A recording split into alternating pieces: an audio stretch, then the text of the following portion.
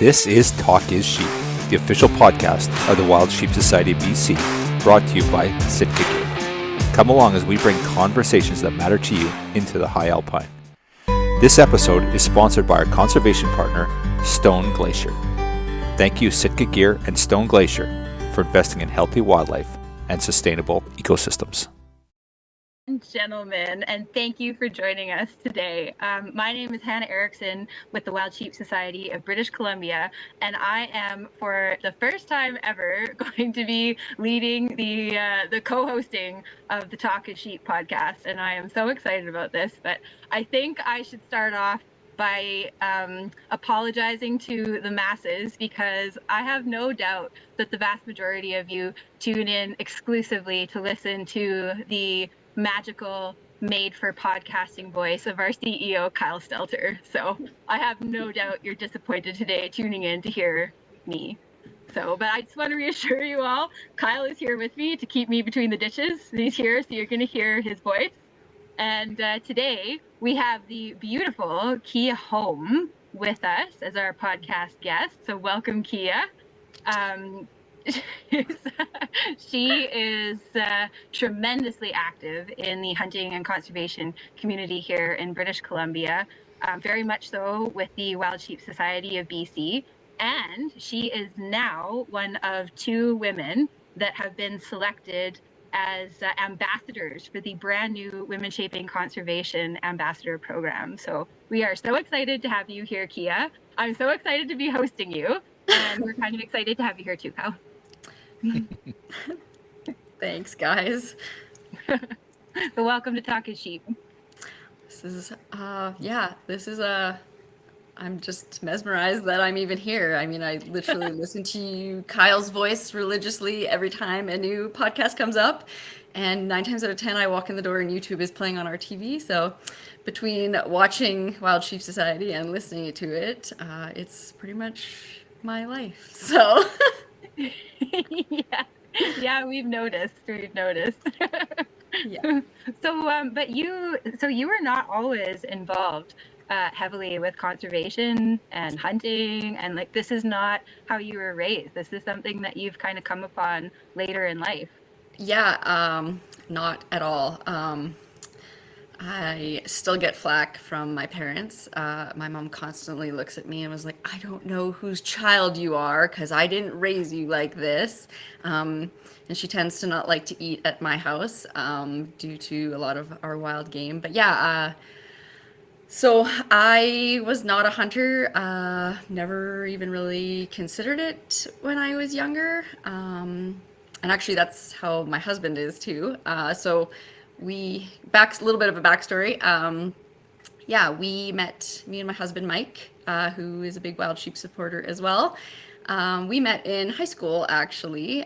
So we have been together this coming February for 17 years. So wow. We met back in 2009. And yeah, we were definitely not anywhere remotely close to a hunting dynamic or that sort of idea in essentially our life. So we've progressed and grown with each other, and essentially have our common ground of how much we love hunting and conservation and all things essentially that are involved in all of this. So my husband, I want to say probably about 12 years ago, kind of just started getting into it. Again, not raised with any background of it, but yeah, kind of just dipped his toes in a little bit, started hanging out with buddies that were doing it, and definitely started getting involved.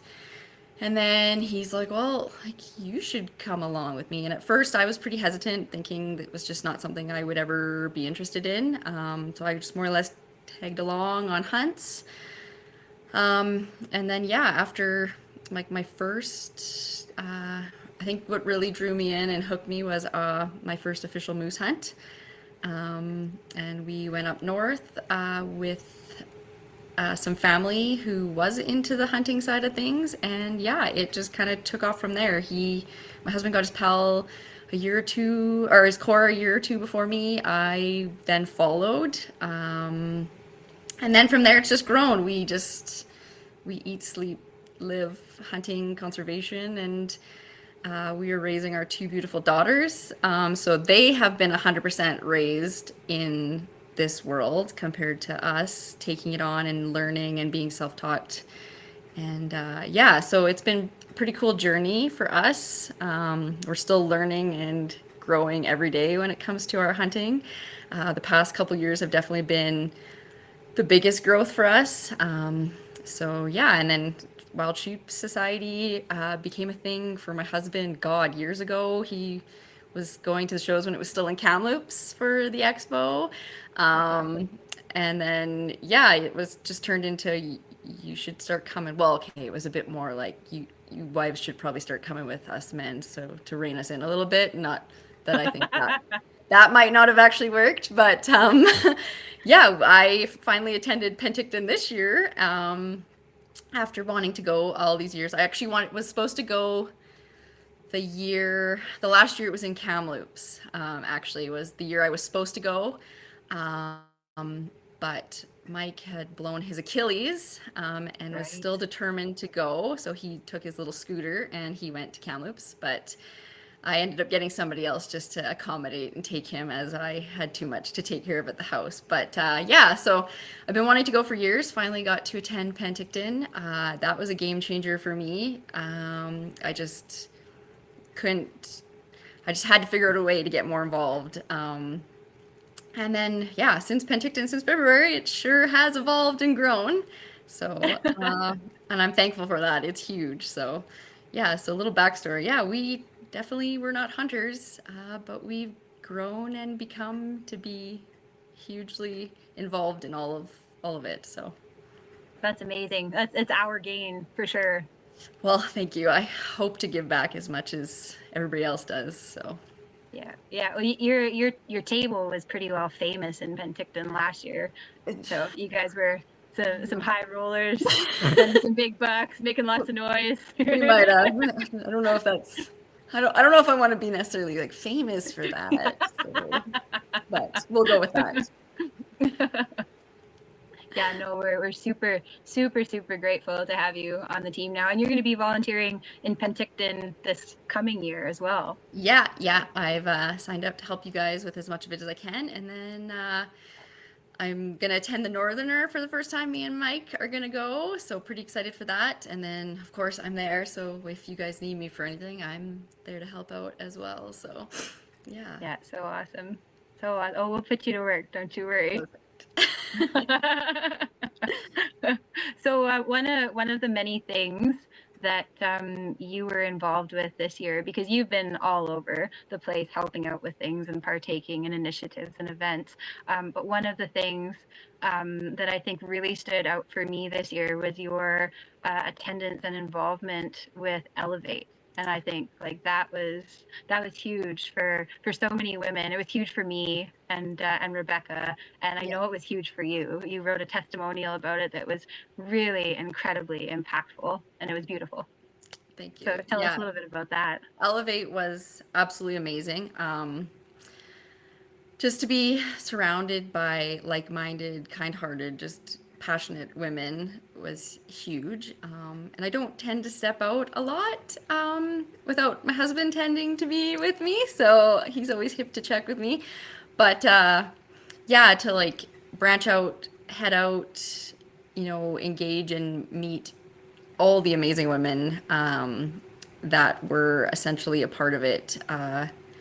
Just really, I think that was like a major Kickstarter for me.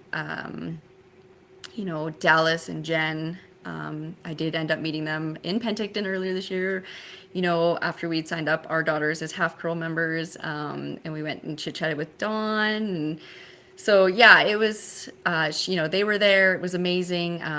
Amanda and her and Richard are so involved in the Wild Sheep Society. Turns out actually they're friends with my husband's grandparents that live in 100 Miles, so small world.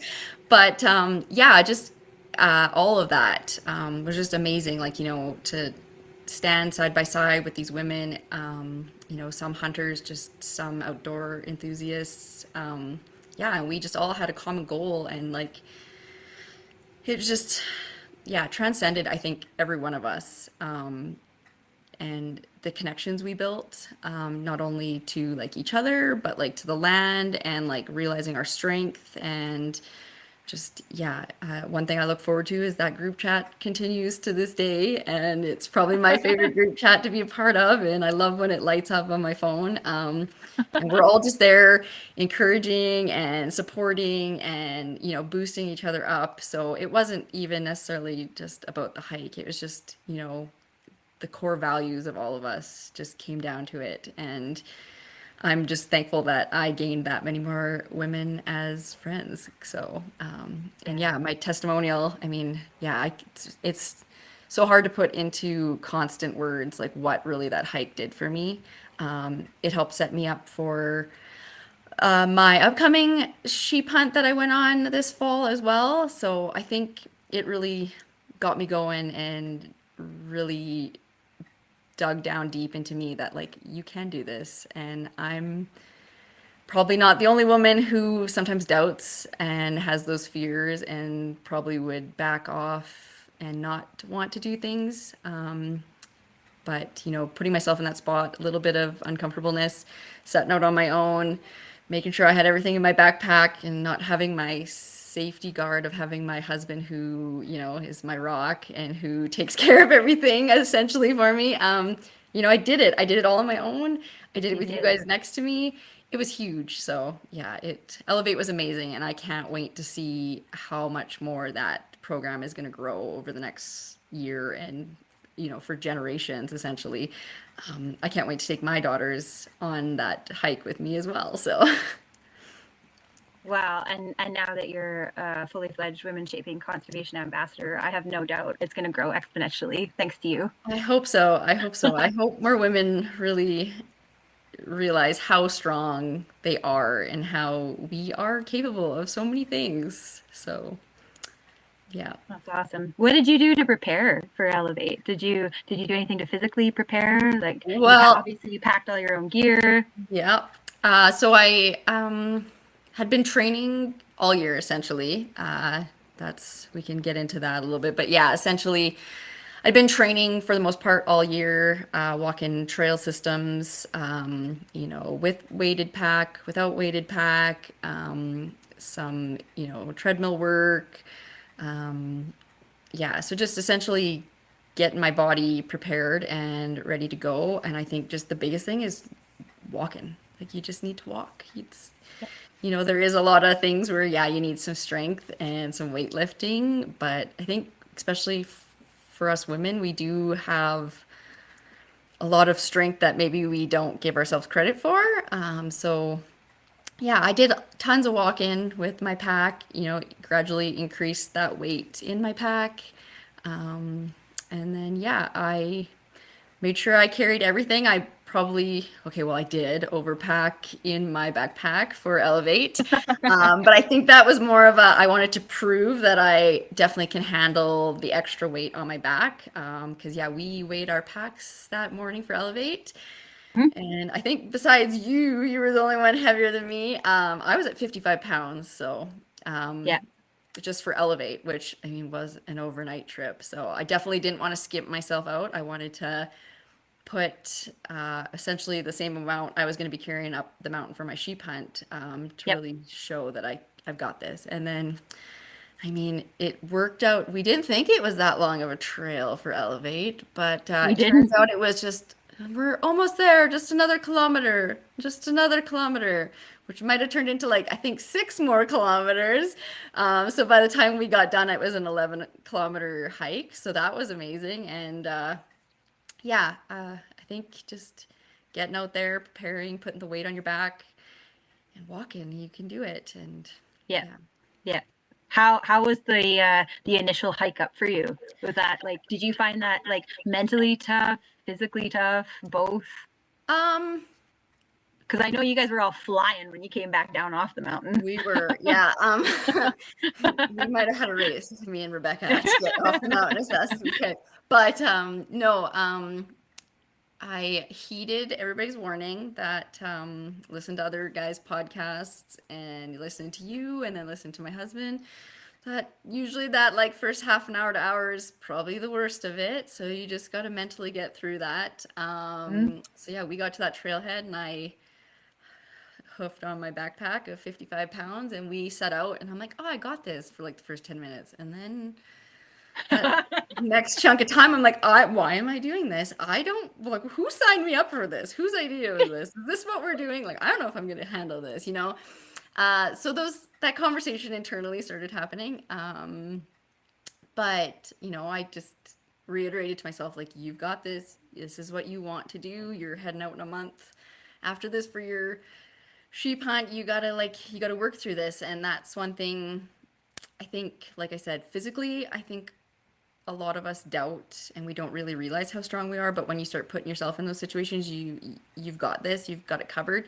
So yeah, big side was the mental game. I mean, once we got a kilometer or two in, you know, that first hour's done, I was like, oh, I got this. And then, you know, as I'm hiking up, I started realizing like adjustments I needed to make, things I wanted to switch up when we maybe stopped. Um, so essentially, like Elevate was my first ever like pack on my back hike. I've never like besides like my day pack to go deer hunting, like I've never done that before. So it was for me, it was a huge buffer to like prepare me for what was coming with our sheep hunt. Like, you know, my husband can explain it to me a million one ways. I can watch it on the podcast. I can see it on TV. And it's like, yeah, okay, I get that. But then you don't really understand it until you're in the moment and you're starting to move your body that like, you know, what works for some is not what's going to work for you. And I think that's the big thing is just listening to your body, listening to yourself and realizing maybe when those breaks need to happen and making those small adjustments as you go. So that was huge. I'd never packed a bag before. I mean, I had a mountain, like a typical backpacking bag. I didn't have like a specific hunting one, just also because I hadn't done this before. So we kind of just, because I was going on a sheep hunt, we're like, you know what, we'll just get me some stuff. You know, we'll see if I even like this, if I'm ever going to do it Mm. again. So I have a really great bag, and I'm not knocking it. I have a nice Kelty. It's like 110 liters, so it's definitely great. But I definitely realized right away that getting a proper bag that is like fitted properly for your frame. I never realized how small of a frame I am until we started like adjusting it and looking at it. And I was like, wow, okay, I need a pretty small bag. But yeah, so and then again, not packing it. My husband's like, well, this is how I pack it. And I just was like, Kate, well, let's do it this way. He showed me, I knew how to pack it and unpack it the way he does it. But then, you know, as we started going up the mountain and the trail, you know, to stop and eat, to take those breaks, I'm like, okay, well, I'm just going to make slight adjustments here, slight adjustments here. And then, yeah, the next morning coming off the trail, I had like 180'd how he had showed me to pack. Yep. And yeah, my bag felt like a million times better coming off the mountain than it did going up. Those certain pressure points that were getting me weren't there. Just simple things of just changing where it was. So yeah, I think if you're gonna prepare yourself for something like this, like and for those bigger hunts, you definitely have to like play around and fiddle and figure it out because yeah, that was huge adjustment for me. So yeah, Elevate was great in the fact that like it was a huge buffer. It really taught me just those simple things you probably don't think of to prepare for what was coming this fall. So yeah, that was huge. Yeah, absolutely. It's just like you say, each backpack fits an individual differently, and especially so I think for women, and our Yeah, weight distribution is a lot different when we're carrying heavy loads up the mountain, yeah. and we're built with hips, right? So things Well, just sit yeah, different. yeah. That's a And you huge don't thing. know. Yeah, you don't know until you actually get out there with a realistic amount of weight on your back and actually kind of get after it and figure out what works for you and what doesn't. So, and it sounds like you did. Was this your first experience camping overnight in the Alpine too? Yes, yeah. It was a first. It Ooh. knocked off so many firsts for me. Now I'm like, I asked for a hot tent for Christmas. I'm like, somebody should buy me a hot tent with a stove. Like, this is what I want for Christmas. And everybody just looks at me like I am a nut job. But I mean, And where is Kia and what have you done with her? my husband probably loves it because I'm like, I want this now and I want this. So yeah, yeah, it was like it hit so many firsts for me, and that like I've been hunting, and like I said, each year we grow and we progress. Yeah. But this year was just a whole nother level of progression, and yeah, I just wanted like I know I see why my husband does it. I really understand it now. I learned that a couple years ago after doing some of the work I do and looking at valleys, and I'm like, I see why you go on fly-ins. I see why you want to do this every year. I totally understand it now. And I think unless you're finally like in that situation, like people look at us like we're nut jobs. Like, why are you gonna go hike this mountain? Why are you going down there? What do you mean you're gonna like do 14 days in the backcountry and not talk to anybody? Like, it's a different world once you get there. And I think you just realize so much, and the world just goes quiet, and it's just you. So yeah, I just want to go, and I just want to do it all now. So it's I explained to my husband he's created a very big monster that he now has to deal with. So, and For the that's very me. I'm that expensive monster. habits. It's yeah, it was expensive this year. Yeah. He's been prepared. I mean, he's been doing hike-ins and fly-ins, oh God, for 7, 8 years now, I want to say. So he's prepared. He's got it. Besides like the odd upgrade or something now he wants, right? He's got it all. Whereas like for me, it was like I didn't own a pair of boots to go hike up a mountain. I had my ones that I day hunted in, that you could get away with for day hunts. I didn't have the big backpack. I had my little day pack that I got. So like for me it was huge. It was a big investment this year. I didn't even own rain gear, you know what I mean? So yeah, I got spoiled this year with a bunch of new stuff. And then, yeah, like, things that we were like, well, we'll see, because we don't know necessarily if we want to invest in like some of the stuff yet, just because we didn't know if I was going to do this again, right? So yeah, so it was definitely a big chunk of change. Lucky for him, we upgraded him so I get his hand-me-downs. So, I mean, that tends to be how it goes. But, I mean, he's loving it because he's like, I think you need a spotting scope now. So we should probably buy a second one. And And I you're like, think for yes. Father's Day, Yes, I'm we like, I do. surprised him. I stopped at Precision Optics on my way home around Father's Day and stopped in and picked him up a new tripod. So I got his old tripod, you know what I mean? So lucky for him and lucky for me, I get the hand-me-downs and he gets new stuff. So it's great. We both got You spoiled figured, this year. that's awesome. You figured out a good strategy.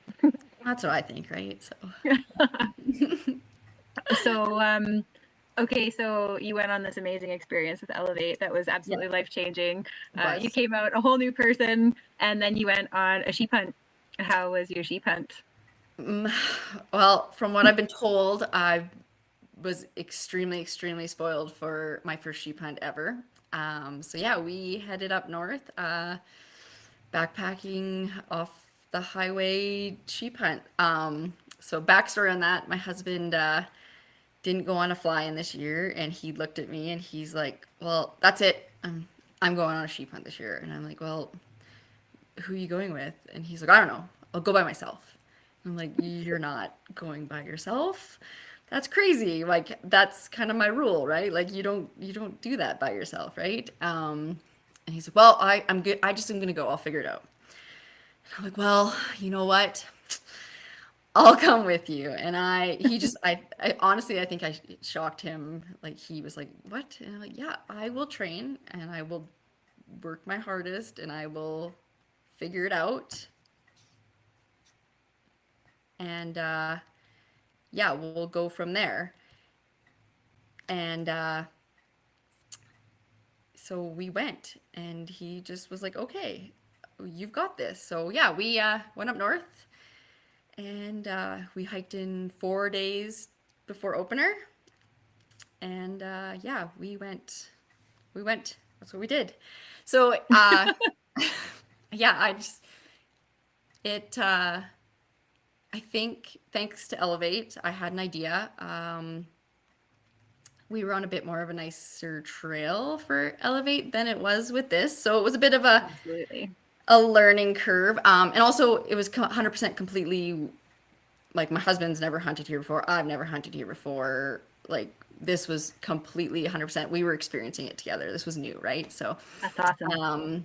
and he was the lead, whereas when he's been on a hike in before, he had somebody senior to him. So he was the lead man, and he's doing it, and I'm just this newbie trekking along, right? So yeah, it was amazing.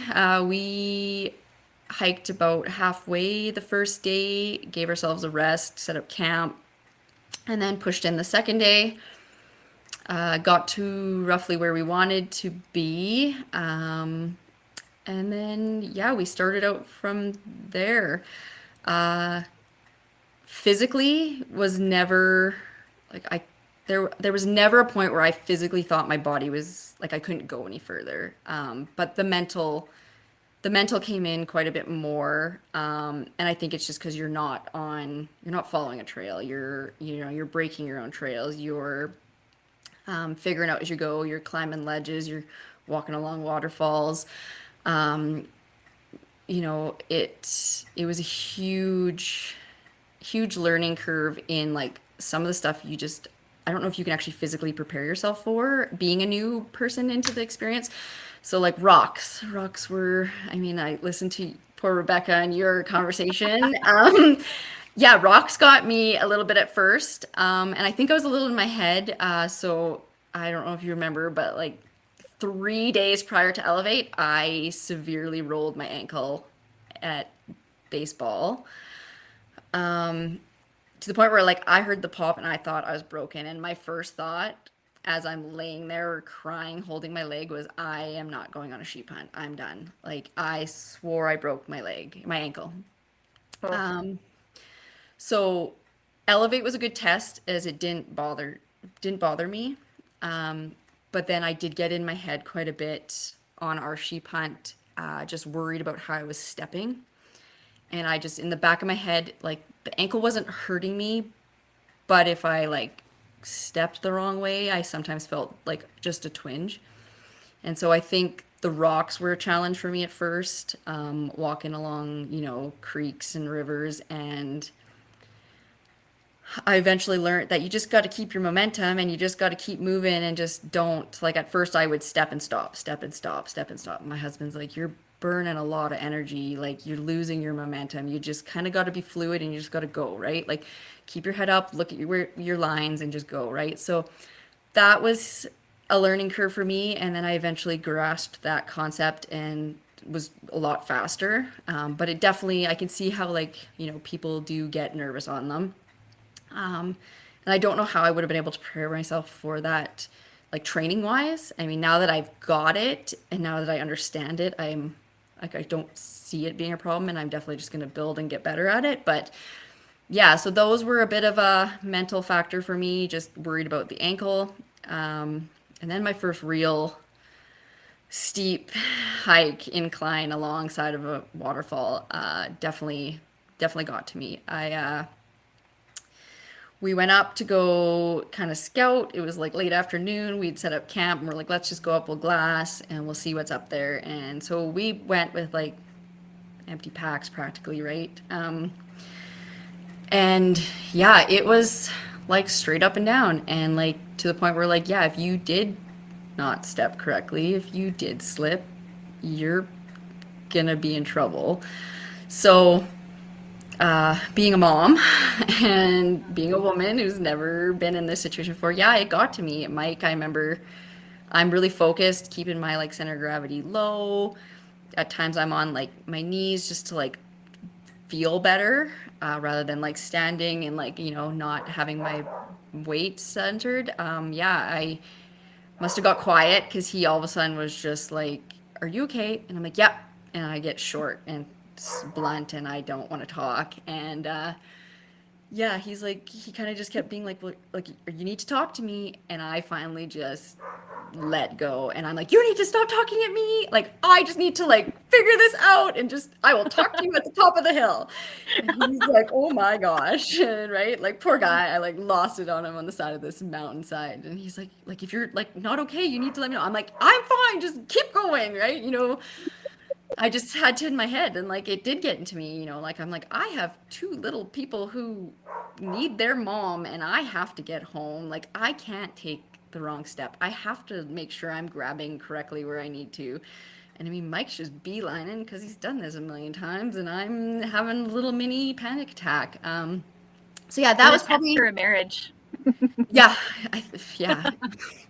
It's like backing up a trailer, but Or yeah, moving cows. it got in my head, and I got to the top, and we had a good debrief and a recentering, and yeah, I felt better. I realized, wow, okay, I did that. It sucked. It wasn't nice. It's probably gonna suck worse tomorrow when I have a full pack on to go up and do things. So, but I did it, and I realized, Kate, you just gotta watch what you're doing. So yeah, that was probably my worst breakdown.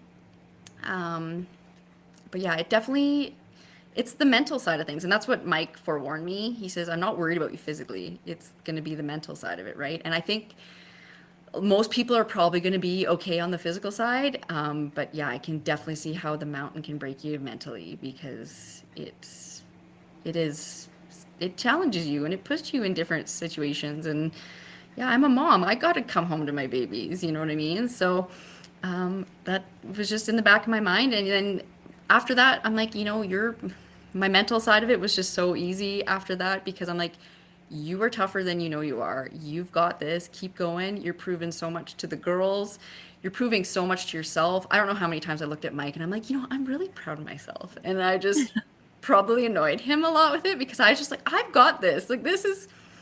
And Ward, he's like, well, I'm also not pushing you. And I'm like, well, that's okay. Like, let's just keep going, right? So some of the like steeper inclines, still like were a bit in the back of my head, but like nothing crazy after that first little breakdown. And I think that would have been day 2. Yeah, so day 2, You got nothing it like out a of the little way right nothing off like the a little bat. breakdown to get out of the way. So yeah, it was great. So yeah, and then I mean, so that was day 2. We got to our camp spot, set up camp, kind of glass, didn't see much of anything. Seen lots of caribou, seen some moose. But yeah, so we're like, hey, early morning, we're gonna get up, we're gonna head up. We'll head up the first area we wanted to go, and yeah, we get up there, and I'm learning all this, fill up our water. That was another thing.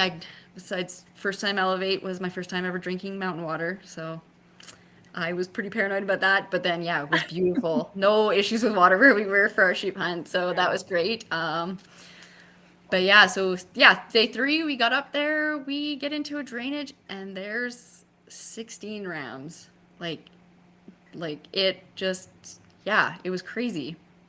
I'd like never seen this before. I'm like experiencing it. We were like hiding. It was just everything that a sheep hunt should be, and we're on day 3. So yeah, we sat there, Amazing. watched these guys. Like us, like your guys' trip, our trip was hot. It was crazy hot. The bugs were bad. Like, not as bad as it sounds like for you guys, but they were bad. Poor Mike, he got eaten alive. I don't know. I just must not attract the bugs as bad, but yeah, it was crazy. But yeah, we sat there, we watched these 16 rams. They ended up breaking into 3 bands. We watched one band roll over the top. The other 2 kind of hung out on separate sides of the like hillsides, and yeah, we watched them, shifted and got to a better spot, and we sat there all day just in the sun, watching these guys, and it was just the coolest experience. We have the all-in setup, which Kyle, I've heard you talk about. You definitely need to invest in one. That's probably my favorite thing that we own. Yeah, we have like, like I said to you personally, Hannah, I'm like, my husband has more pictures and videos of sheep than me on the trip. So, um, yeah, but it was just crazy. Like, I was just blown away that we were 3 days into hunting. This is my first time ever doing something like this, and there were sheep.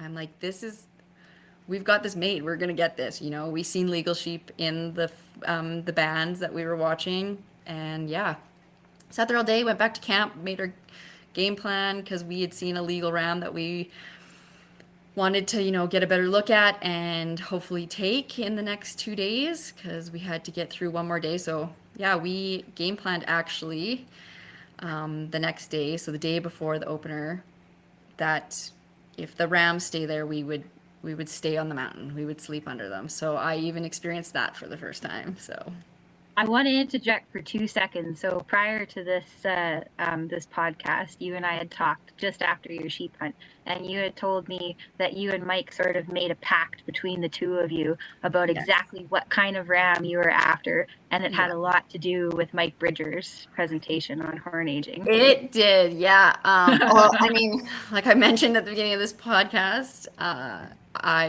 me and Mike are religious. To as soon as the videos come out, we're on it. We follow Wild Sheep Society. We follow Spike Camp. We do it all, right? So yeah, and earlier this year, with the Wild Sheep Society putting on the horn aging seminars, there was the one in Williams Lake with Bill. So we attended that one, and Bill's session was great.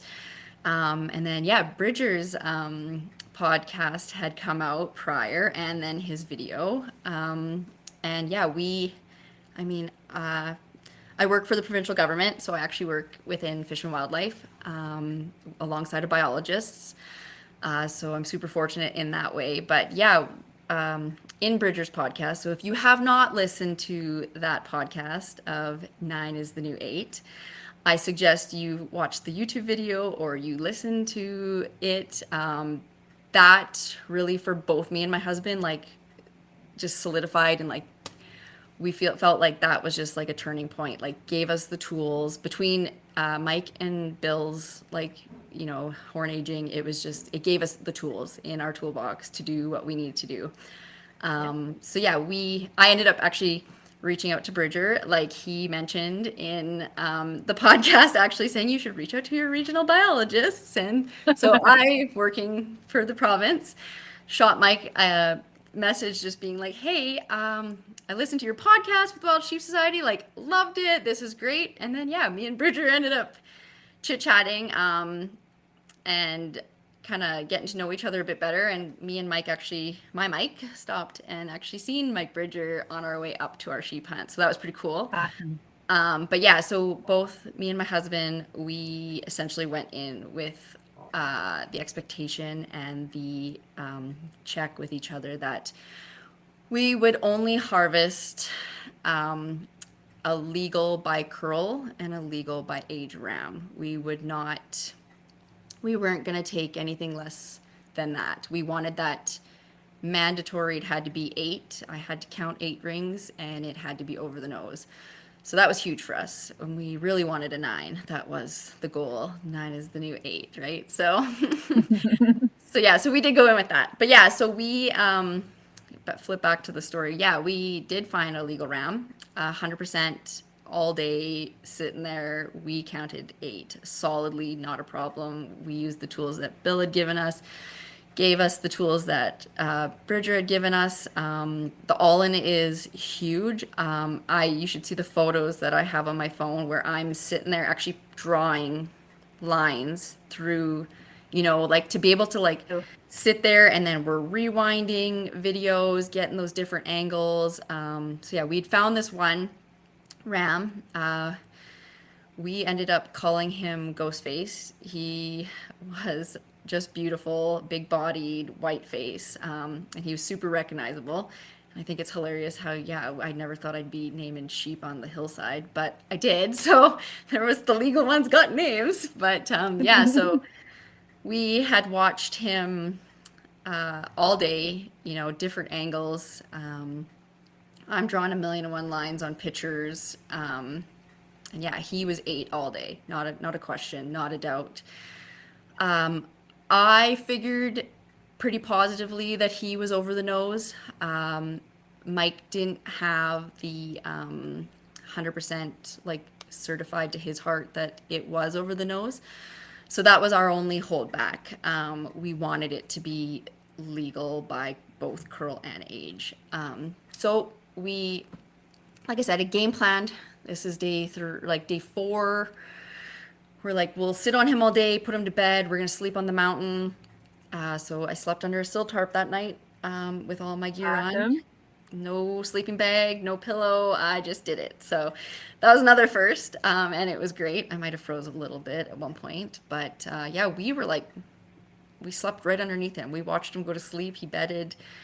Mike was feeling a lot better for what he looked like, and we had at this point kind of figured out his habits for the sheep. So we got up, got into place, and there he was. We had Mike had him at like 300 yards that morning. Like he was there. But it got to that morning and we weren't 100% on that over the nose. We weren't there. So, we said, not a problem. We know what he's going to do. We watched him go up top. He bedded, he sat there. We watched a million and one ways, did some more videos. We went about our day. I severely sunburnt at this point, my face, and I am not a person who sunburns, so that was new for me. But yeah, we baked in the sun underneath this guy, and yeah, so he ended up. It was that time of the afternoon. He got up, started to feed down, and Mike looked at me and he's like, "I just want to get up to this ledge. I'm pretty sure he's over the nose, but I just want that final look." But I think it's a ram I'm going to take. This is opening day. Like, this is crazy action. I'm like, okay, we're going. And like, my husband's been on a lot of hunts. And that was my main goal of this sheep hunt was I wanted my husband to get a sheep. I think his main goal was for me to get a sheep, but I told him no. I wanted him to do it. He's been hunting longer than me. This is my first experience. I wanted to be there as he got it. So we started You're such a treasure of a wife. Yeah. Yes. But yeah, so he started to feed down. We decided, okay, it was time. I got the packs ready. Mike's still watching him on the spotter. And we shuttled up. We had a pathway to get behind some trees, as high up as we could to at least stay hidden, because he was the only one feeding. The rest of the rams he was with just kind of hung out and stood around. So we were worried about them seeing us and spooking, but we knew we'd be at least undercover for a while. So yeah, I got bagged ready. Mike's like, Kate, let's go. And he's like, now I'm going to get my backpack on. You keep an eye, right? And I'm like, yep. So up we went. And Mike's like, I'm going to start to get ready. Can you keep an eye on the other rams and make sure they're not, like, they don't see us, right? So I'm sitting there with my binos on them. Mike's kind of trying to get himself ready. And I noticed the other rams started to act funny. They started looking, but they weren't looking at us. And I'm like, well, this is like, what are they looking at? The ram we wanted was not paying attention at all, but the other rams definitely, something had them up, and they were all standing at this point staring. So by chance, I decided to look across the mountainside, and yeah, there turned out to be two other hunters coming across the top of that ridge. So I am now like, Mike, there are hunters coming. You need to figure this out. And he's like, what? And I'm like, yeah, like there are people coming. Yeah, and they're beelining. I said, the rams are watching them. So like, I'm like, these guys are going to skyline themselves. Like, why are these rams not running? And I'm panicking and, trying to like, and Mike's trying to get himself comfy. And he laid down. He had the ram in his scope. He's like, I don't have confirmation. I don't feel right. I can't do it. And I'm like, well, if it doesn't feel right, do not do it, right? Like, I just said, don't. And he like laid back down again, looked in the spotter, and he's like, I just can't see it. He's like, I could shoot him right now. He's in like, he's in good range. I got it. He's like, what are those other guys doing? Maybe they don't see these rams. That's why they're walking the way they are. And I said, I don't know. I can't tell. And then I ended up losing them. I said, Mike, I don't know what to do. I don't know what to tell you. And he's like, he just kind of sat there looking at me. And then the shots rang out. And it was like some of those YouTube videos you've watched. And I couldn't, yeah, we both looked at each other and our hearts sank. We watched our ram tumble down the mountain. Oh my gosh. So it was rough. It was a rough first day. We, watched them. We watched the other rams. They didn't take off like I had kind of expected them to. They kind of looked puzzled, did a dance, stood there, watched their buddy. But yeah, so we pulled off the mountain. heartbroken. And yeah, we headed back to camp. And crazy storm had blown in, so that was pretty nuts. We barely made it back to our tent. We literally threw our stuff underneath, and yeah, we roughed it out that night. It was a bad storm, like crazy lightning. I've never experienced anything like that before, sitting in a tent on the top of a mountain. Yeah, it was crazy. We winds got so bad that it was like pushing our Kuyu tent in pretty good. Like Mike's holding up his side of the tent. We're holding down the vestibules. Like it was pretty excessive. So yeah, it was a not very nice night at camp that night. So yeah, so that was opening day. But yeah, we proceeded to go on, seeing a bunch more. Like there was a bit of a lull for 3 days after that. But yeah, we continued on, did our thing, seen rams. I sat on one actually. He was broomed, really nice broomed on one side, way over the nose on the one side. We got to like 100 yards away from him on the mountainside one day. But he was 6. He was a 6, 7-year-old ram. So just not what we agreed we wanted. But I mean, he was legal by horn curl. So definitely, I mean, we played it out in our mind a million ways that, this is our first sheep hunt. Like this would have been either one of our first sheep. Like there's no legally he's legal, but we just didn't want to do that. So we stuck to our guns and we stayed to what we said we were doing. But yeah, we seen 60, 70 sheep, and 70% of the ones we seen on this trip were rams, and then a good 6 were legal. There was one that was like no doubter legal. But he was in that first band that went over that one day, and we never seen him again. But yeah, it was just amazing. We experienced every like weather condition there was. We had a tent failure. Our Kuyu tent pole. This is our second time ever using this tent, and yeah, the pole snapped. So that was eventful. We met other hunters. They were all amazing, the ones we talked to. We just seen everything. I definitely, well, okay, sorry, we didn't see everything. We did not encounter a grizzly, so that was a godsend. But yeah, it changed my life. I did not want to leave. We decided, after we seen that 6-year-old that was broomed, we decided we were going to pull out back, and we were going to go up this other separate drainage and finish off our last 3 days on the mountain in there to see what was there. And that's when we discovered the tent failure. So we realized it was probably just best just to pull out. So we came out 2 days early. We limped the tent through one extra night after that. But I mean, I will tell you, there was one night, okay, I had a mental breakdown a second time, but it was more, okay, I sleep like a dead person. Nothing wakes me up. My poor husband, he probably thinks I'm deaf majority of the time because I don't hear things. But he hears, I don't know how he hears everything, but he does hear everything. And one night, I woke up to him like very quietly, like nudging me, like practically putting like hand over my mouth as I'm waking up, and he's like, shh, and I'm like, what?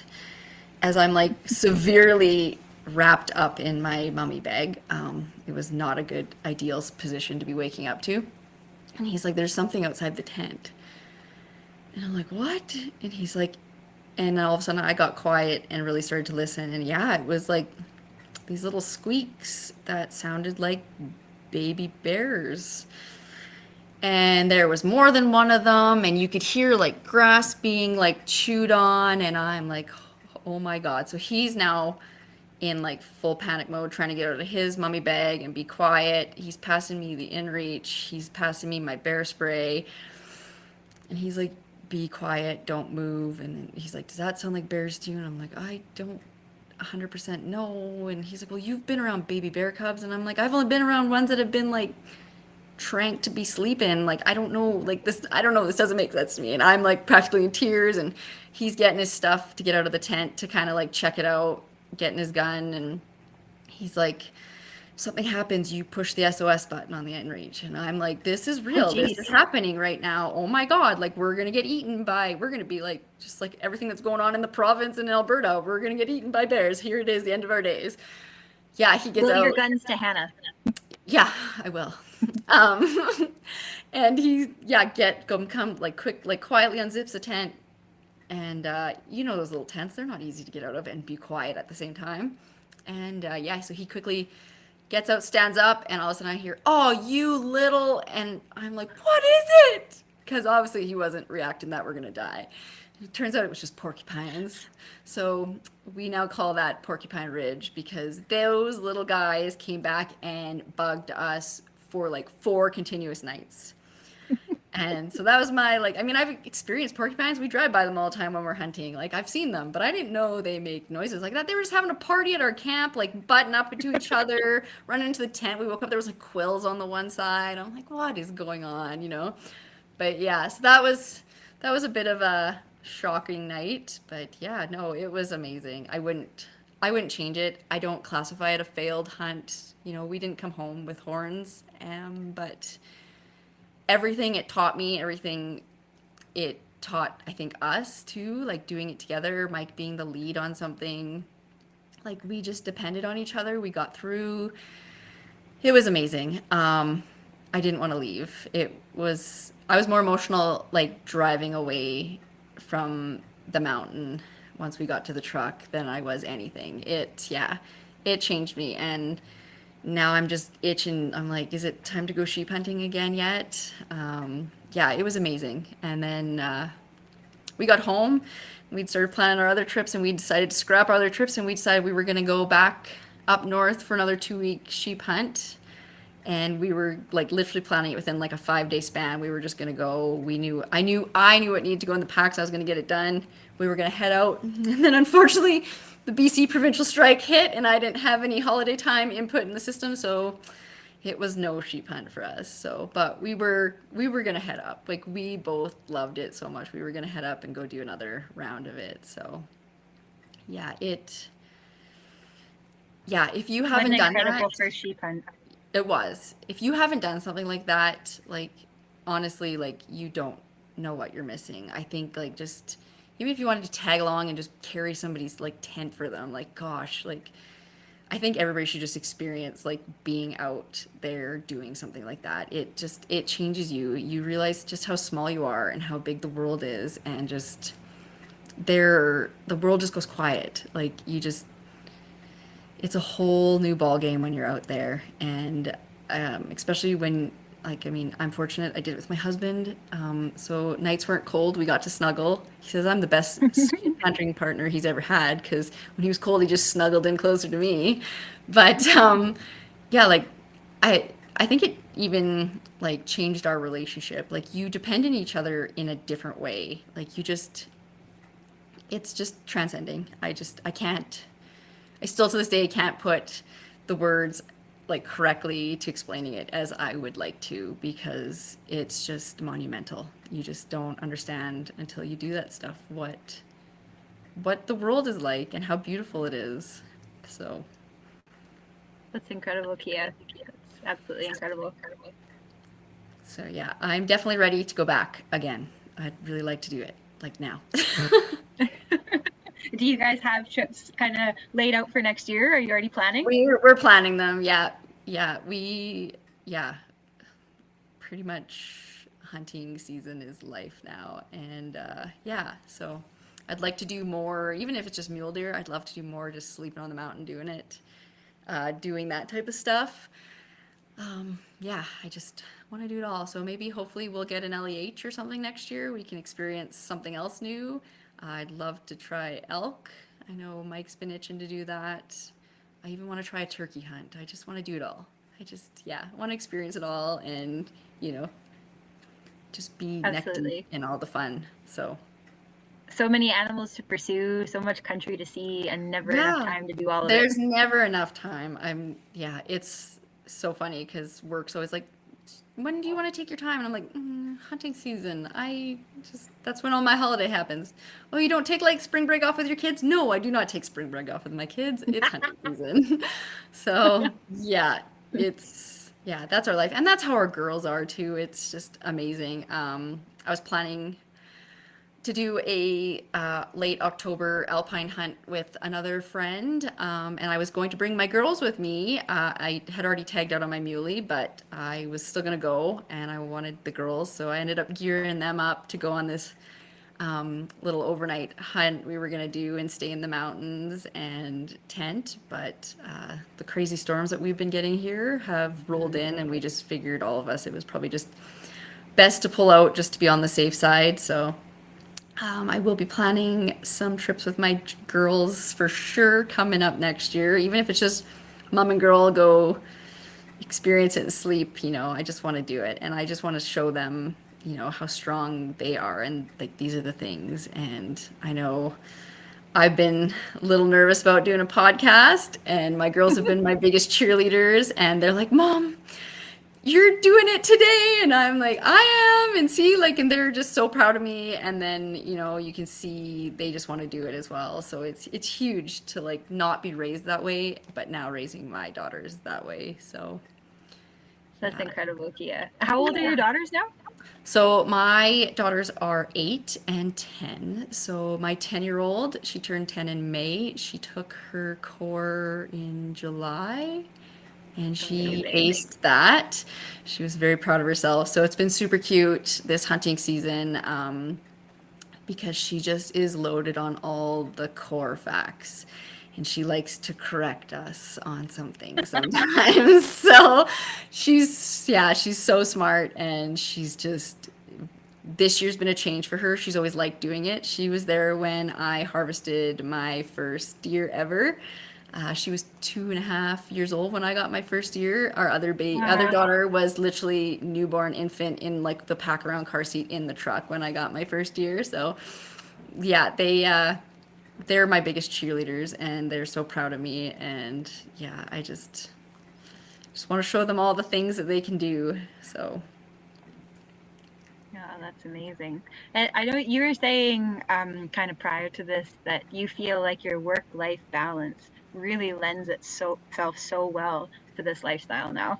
yeah, so I've been fortunate enough for the past 2 years. I landed in a job position where I work with the Caribou region's fisheries and wildlife biologists. So the staff I work with, they do everything from stocking the lakes with the rainbow trout that we have, kokanee. We do like broodstock collection for the hatchery. We do small lakes assessments on the fishery side. My team also does the Dean River Guardians, so we handle the steelhead out there. So yeah, so my fisheries team is just crazy and diverse. The wildlife team I work with, we work with some caribou recovery girls, so working on the Barkerville and Itchiel-Gachus herd that we have here in the caribou. I work with the biologists. We have like a cougaring, collaring program going on. We do surveys, we do everything. I have like the coolest job. I get a good mix of admin duties, and then I'm keen on everything, obviously, as you can tell. So I luckily get to help them out with all the projects for the most part, even if it's just a day or two here and there. So it's amazing. So, like, not only is my personal home life in that hunting and conservation side of the world, my job is as well. And so it's pretty much 24/7 hunting, conservation, fishing, outdoors life for us. Oh man. My husband and my kids get to be involved in a lot of it as well. We've learned so much. I think that's one thing a lot of people, I think we're fortunate here in the Caribou. There's a lot of programs. And I think a lot of people don't understand the programs that are actually going on. But like a lot of the wildlife biologists, fisheries biologists, they really, really are pushing to like have better options and solutions for a lot of the controversies and stuff that go on. And I just work with some of the most amazing people. Um, my I'm happy coming home at the end of the day because I get to see my husband and my kids, and I'm happy going to work every day because I get to do it all. It was amazing. Like I said, I attended Penticton Sheep Show this year for the first time, and that was amazing. And then I got to come home and go to work, and I actually got to work with Helen doing the necropsies on part of the Fraser River herd here in So Region cool. 5. So that was amazing. So I actually got to like hug Helen and like talk to her, and it just made like my sheep world go like completely around. I met Ben and I met Chris. I like got to talk to these people. This is like the coolest job ever. We understood Movi from, the videos and reading up and understanding it. But to like physically like stand there and actually get to like, see the actual results of what that disease actually does, just was amazing. Helen's work and Chris and those guys, they're pouring their heart and soul into this stuff, and like to see what we stand for as a society and what we're trying to solve and fix is just huge. I just can't believe those poor animals, they suffer that way, and some of them suffer and live forever, and then other ones just don't make it. And so the work that you guys are doing, and then with partnership of the biologists here in the province, like it's amazing work. And yeah, to see what those poor animals endure on a day-to-day life is it's just devastating. So yeah, it's just my world is, like I said, I eat, sleep, breathe hunting and conservation. It's just kind of what I do. So Yeah. it's huge to us. And my husband Mike got to tag along with me on that one. So yeah, it was crazy. It really solidified to us just how important this work is, like how really, really important it is. And we are so fortunate in BC to have the hunting opportunities we have, to see the animals we see on our landscapes. And it takes all of us to continue to protect that and keep it moving forward. So Absolutely. Yeah. Now we got you on our team. We're unstoppable. hopefully. But it's pretty incredible though. You go out on the landscape and partake in these counts and do what you're doing with the ministry, and you can see the impact that these efforts have had on lamb recruitment and the Yeah, overall sheep populations in these areas. And like lamb recruitment in some of these areas that have been treated is just through the roof. It's it is. phenomenal. Yeah, it's It's crazy through making a the roof. difference.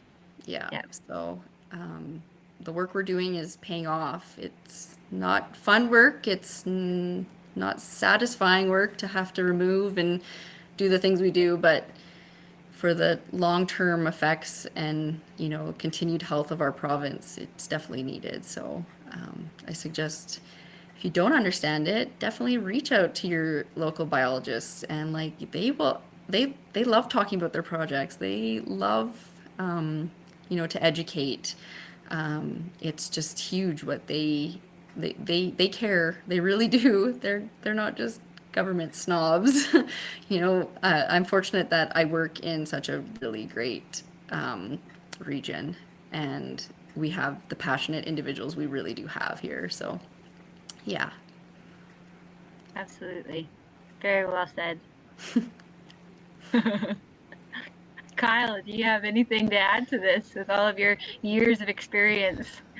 Honestly, it's inspiring to listen to. Yeah. Amazing, and it's kind of fun because we're doing the things we do through the society, and then to hear it from your perspective, Keia, it's really, really exciting. One thing I want to hear a little bit more is your involvement in women shaping conservation. So, you've recently taken on the ambassador role through the program, and we're really excited to have you. Can you just talk a little bit about sort of what you envision your role will be, and sort of what you can bring to wild sheep conservation in your role as an ambassador? Yeah, well, for one, just being asked to step up into this ambassadorship has just it's probably everything I could dream of. It's it's just amazing. You're surrounded by essentially, like, not to knock any of you men, but like, to really like engage and get women involved in stuff like this is huge. I feel like sometimes I'm an anomaly. I'm sometimes Hannah probably feels like that too. I just feel like there's not a lot of women in spaces that are mainly occupied by men. We do get sometimes the side eye, I guess you could say. And I just like, just to build future generations of like the women coming up, I explain that to my daughters that like you girls are women shaping conservation. And my daughter looks at me and she's, well, Mom, I'm not a woman. I'm a girl. And I'm like, but you are a woman, baby. You will be. You're going to be doing this stuff when you get older, right? Like, it's to just, I hope, like, at the end of the day, I just hope to inspire more women to step out of their comfort zones, really learn your strength. And you don't even have to be a hunter. Like, that's not even what it is. Like, at the end of the day, conservationship is just, being there, supporting, and like helping build like what we are standing for nowadays, right? So you don't have to be a hunter. You don't have to go out and harvest animals. Supporting your husband by trekking along is huge. Just seeing what realistically the world has to offer, compared to what we're seeing realistically it minimalized to a lot of times is huge, right? So, I mean, I'm thankful every day, and I tell my husband this constantly, like, thank you so much. Like, I would have, like, if I wasn't for him, I probably would have never have gotten into this. I wouldn't be doing the things I do and have found this passion and this love that I have. Because I wouldn't have the job I have even now if it wasn't for him essentially like introducing me to this world. So, I mean, you don't have to be a hunter. You just need to be out there and just inspire women to just uplift each other and be involved in programs like this, right? So, the fact that the Wild Sheep Society of British Columbia has this women shaping conservation side is like huge. So, I mean, just get out there and explore and just do the things and like step out of your comfort zone, right? Like, I hope every little girl, doesn't think she just has to be Susie Housemaker. You can do these things. You can do, you're just as capable as the men, right? So it's huge. What an incredible Just testimonial. Incredible testimonial, Keia. It is, absolutely. 100%. One thing I noticed about Elevate that I thought was really interesting was there was like just this massive diversity in women, right? It wasn't like a Yeah. cookie. It wasn't like, oh, you don't need to be 30 years old in perfect shape to go and be involved. There was different ages, different levels of sort of fitness levels, Yeah. and I thought that was really cool. So I think there's a space for everybody there. Like, I think obviously you have to, on the Elevate hike, you had to be somewhat mobile, but Yeah. nobody got left behind, right? Which was Yes. super cool. And I think, the one thing I've noticed about women shaping conservation and anything that you guys do, it's very inclusive. Like, there's a space for everybody, and it doesn't mean you need to go out and need to kill stuff or you need to be a hunter. You just need to care about the outdoors and you want to connect with other women that feel the same way. Yeah, 100%. That was like, we all met at camp for Elevate, and it was amazing to see just the variety of us. I was probably, besides like our two half curl members, I think I was more on the younger side, and it was, like we were aged like mainly from like 30 to like 50, and we all supported each other. We all have had our own struggles. I know that was one thing that was amazing is we all met, and that night we, like, you would have thought us women had been friends for a million years. We shared Yes. stories, we talked about health issues.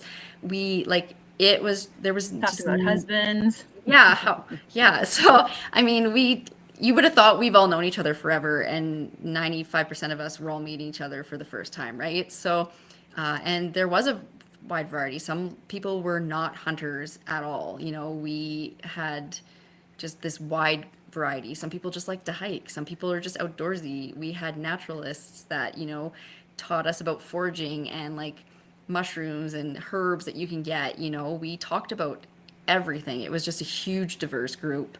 And that was one thing I loved about the Elevate, is that, you know, maybe they're not individuals you would talk to like maybe on a normal basis, but like the common goal was to make it to the top of that mountain, to stay there, to be with each other. And we all supported each other along our journey up that hill. You know, some of us have health issues, and some of them were definitely showing at times in the Elevate. Me being one of them, I have a lot of health conditions and a lot of issues, and I am badly asthmatic. So, you know, everybody recognized there were times where like I would have to stop because my heart rate's at 190 as I'm like pushing up a hill, and I just got to take 10 minutes to like breathe for a second, you know, to calm my heart rate. And we never left anybody behind. Nobody felt excluded. Nobody, like, it was such an amazing event that it just helped, I think, everybody grow in their own ways. So Awesome. Super cool. I want to go now. yeah. Yeah, I get it. I think the goal we have is to hopefully do a longer trek. I think that was the common consensus. All of us women wanted to stay longer. We didn't want to go home overnight. So I hope we get some more of that. And I know I suggested maybe getting more kids involved, more as like a family dynamic. When I seen the 2 half curl members that came with us, I was just blown away. I'm like, my daughters are half curl members. I'm like, why didn't I think to bring mine? Like, this is weird. So I should have thought about it, you know, but definitely future stuff that's coming. And I think we have such an amazing team that we're going to see this program just explode and some amazing stuff come out of it. So Yeah, I couldn't agree more. Yeah, to add to that, to see it was almost an instant kinship and connection amongst all of the women that were involved, and to have that carried through from the beginning right to the end of the entire experience, it was pretty unreal, actually. It was.